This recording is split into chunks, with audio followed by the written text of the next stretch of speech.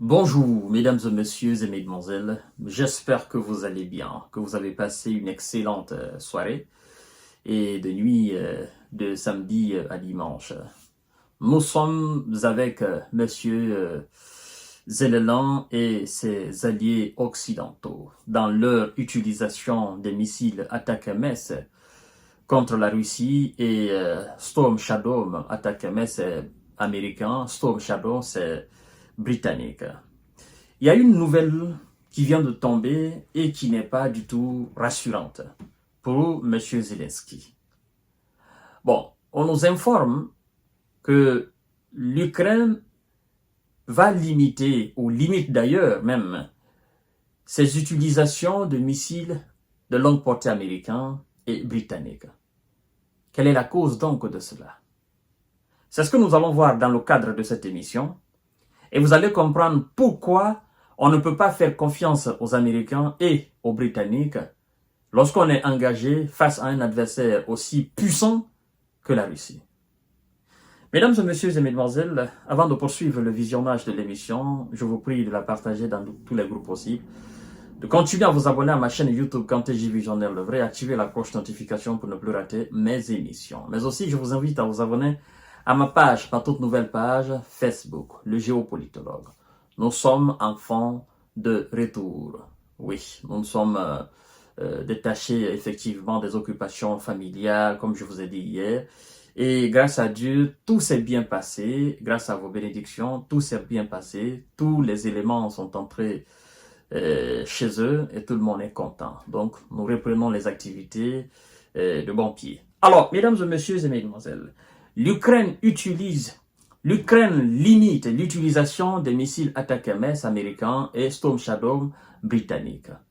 Quelle est la cause?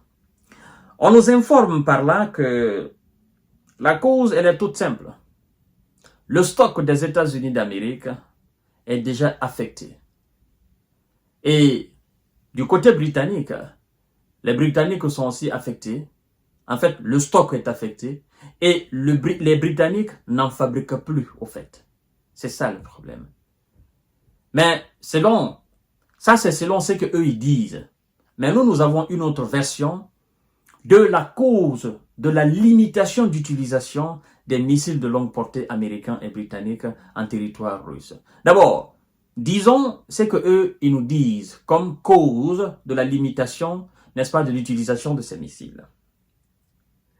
Kiev limite l'utilisation des missiles Attack-MS et Storm Shadow sur le territoire russe en raison de l'épuisement de ses stocks. En raison de l'épuisement de ses stocks. Les stocks de qui? Les stocks de Kiev. Kiev ne fabrique pas. On envoie à Kiev.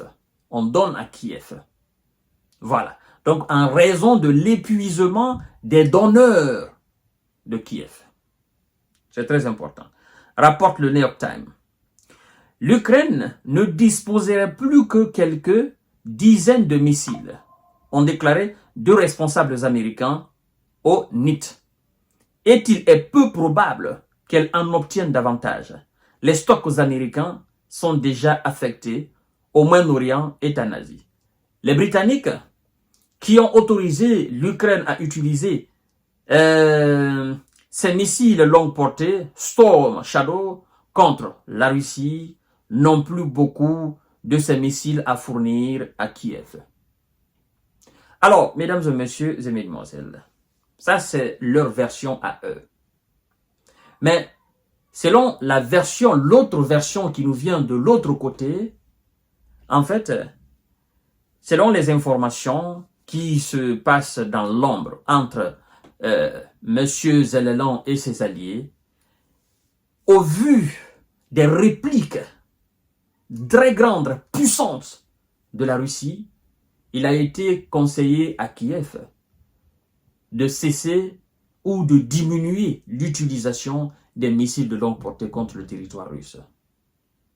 En fait, les installations énergétiques qui ont été en quelque sorte rendues en molécules et les centres de commandement qui ont été réduits en silence, mais aussi tout ce qui est vital pour, je ne parle pas même de Kiev, pour l'Ukraine, vous savez, ont été touchés lors des récentes opérations aériennes en réponse aux actions de M. Zelensky et ses hommes en territoire russe. Donc, constatant cela, et constatant aussi que les systèmes de défense qui sont là sont incapables, en fait, d'intercepter les missiles et les drones que la Russie envoie, parce que il ne faut pas quand même qu'on se leurre, et il ne faudrait pas que cela nous saute des yeux. Quand on parle de système anti-aérien, anti-missile, le système là ne fonctionne pas tout seul. Il y a un système qui est en place et chaque missile qui sort de la gueule de ce système pour aller intercepter les missiles ennemis, ces missiles coûtent énormément cher. On vous parle de quelque chose d'1 million l'unité de ces missiles d'interception. Le système à lui peut aller chercher, je crois, dans les bandes de 25 à 30 millions de dollars.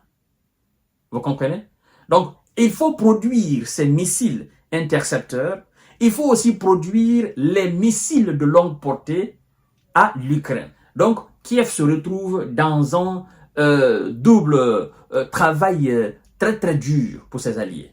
Donc, fournissez autant de missiles anti-missiles et à chaque fois que la Russie effectue des opérations aériennes, les missiles intercepteurs du côté de Kiev sont épuisés. Donc, la capacité dans ce domaine est aussi épuisée considérablement. La capacité d'interception est épuisée.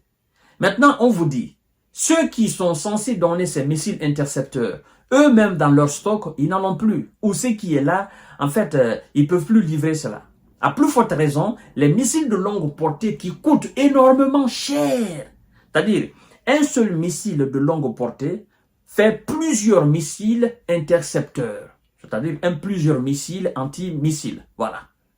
D'accord? Un seul missile de longue portée, Storm Shadow ou ATACMS, ces missiles-là coûtent énormément cher.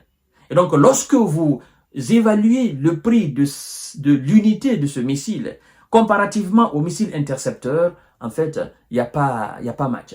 Donc, il faut le prix de plusieurs missiles intercepteurs pour effectivement produire ou acheter un seul missile de longue portée. Vous comprenez? On vous a dit ici, vous qui mandez, on vous donne. Les autres, ils fabriquent. Ils ont un complexe militaro-industriel qui leur permet de fabriquer toutes sortes d'armes qu'ils ont besoin. Donc, il ne fallait pas que vous lâchiez Kiev. Parce que ce que vous avez commencé en donnant l'ordre à Kiev d'utiliser ces missiles contre la Russie, il faudrait que vous continuiez sur cet élan-là. Mais reculer, ça veut dire que vous avez peur. Vous comprenez? En fait, c'est la cause réelle. C'est la réplique de la Russie qui a effrayé son adversaire.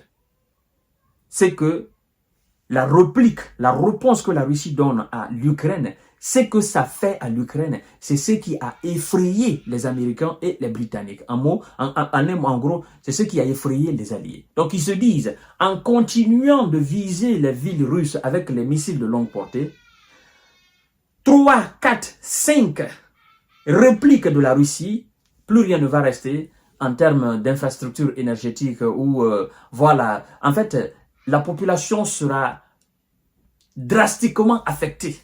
Et donc, ça va créer une révolution même en Ukraine. Ils sont calculateurs.